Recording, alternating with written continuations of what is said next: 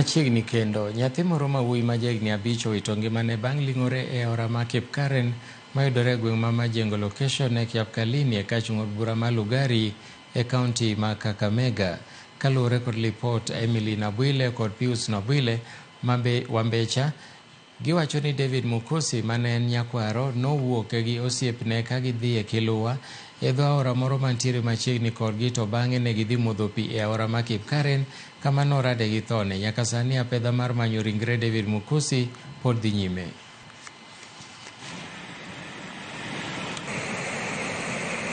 Kuna mtoto ambaye alimtoa nyumbani akasema anaenda wameenda kutoa samaki. Na wakati alitoa na mwenzake, huyo mwenzake alikuwa mkubwa, hakuwa mtoto mdogo. Na wakati alitoka nyumbani alifika kwa njia, akafika kwa nyanya mdogo na mwenzake akao kwa story na akapatikana na wenzake wenye anasoma na yeye shuleni. Sasa watoto wenye wanasoma na wenzake shuleni ndio walimchukua wakaandamana kwenda kwa maji, kwenda kutoa samaki. Na kutoa samaki ilikuwa mto mdogo, haikuwa mtoni mkubwa.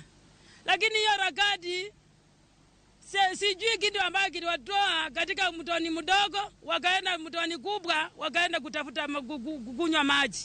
Huyo mjukuu ndio mwenye nimependa zaidi, ndio mwenye wanashughulika naye zaidi, hata kwa shule yako kama head boy kwa PP1 Mapengo Primary School.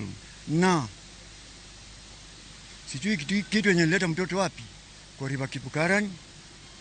Paka sasa hivi bado nafuatilia. Tungali ndani ya maji tunatafuta tuone, tuna imani ya leo. Kikosa leo tuna imani ya Yesu pita kesho. Kweli ni uchungu.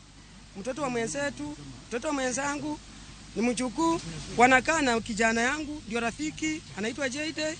Pia mimi mmoja wao niko na uchungu. Kijana yangu amepoteza rafiki yake, walikuwa wanapendana kwa shule, wanakaa pamoja, wanakunywa uchi